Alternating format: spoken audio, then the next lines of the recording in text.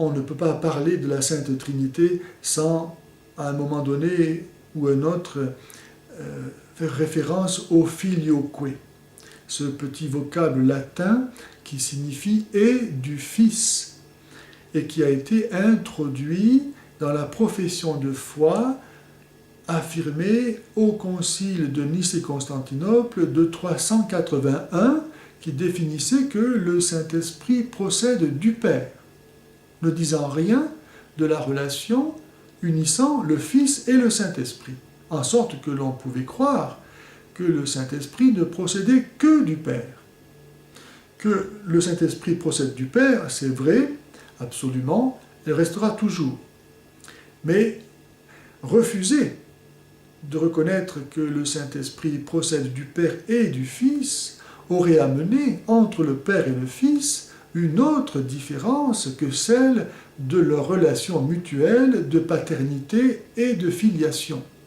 En sorte que Jésus n'aurait pas pu dire, comme il le dit en Jean 10, 30, « Le Père et moi, nous sommes un », c'est-à-dire une même éternité, une même substance, une même nature divine, une même essence divine, un même être.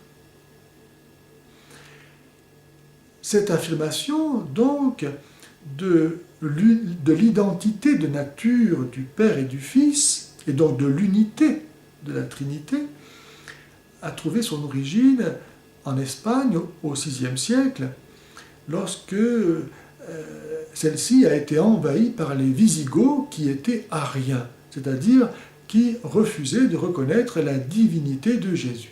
Et c'est pour affirmer cette divinité de Jésus que les chrétiens espagnols ont ajouté dans le credo cette incise « filioque ». Le Saint-Esprit procède du Père et du Fils, comme de son seul et unique principe. Puis Charlemagne, du IXe siècle, va répandre ce credo modifié dans son empire.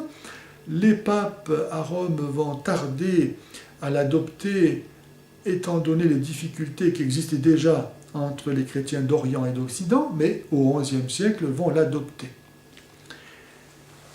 Les orientaux vont prendre prétexte de cela pour justifier leur séparation d'avec Rome. Mais on ne peut pas refuser le filioque sans rejeter tout le dogme trinitaire.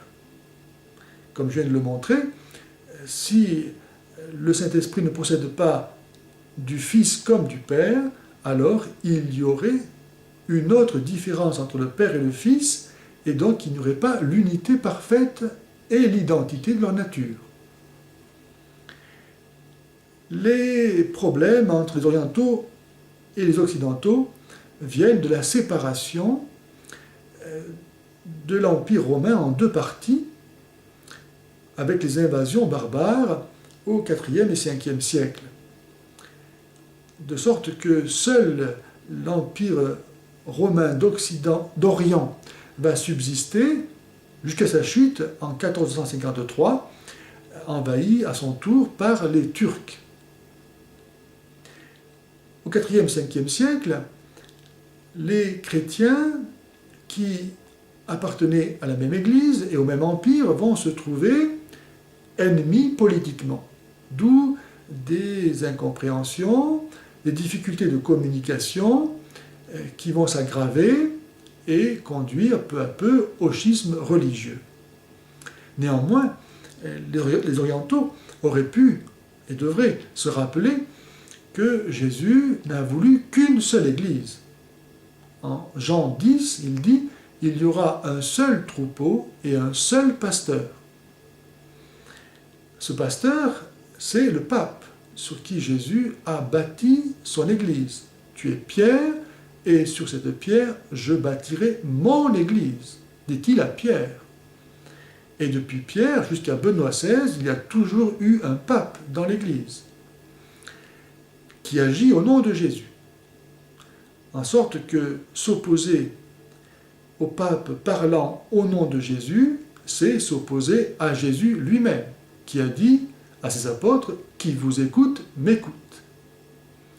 Prions pour que les chrétiens d'Orient et d'Occident, à l'image du Père et du Fils, puissent respirer du même souffle divin, être unis par cette inspiration et cette expiration, et être ainsi dans le monde la respiration de Dieu.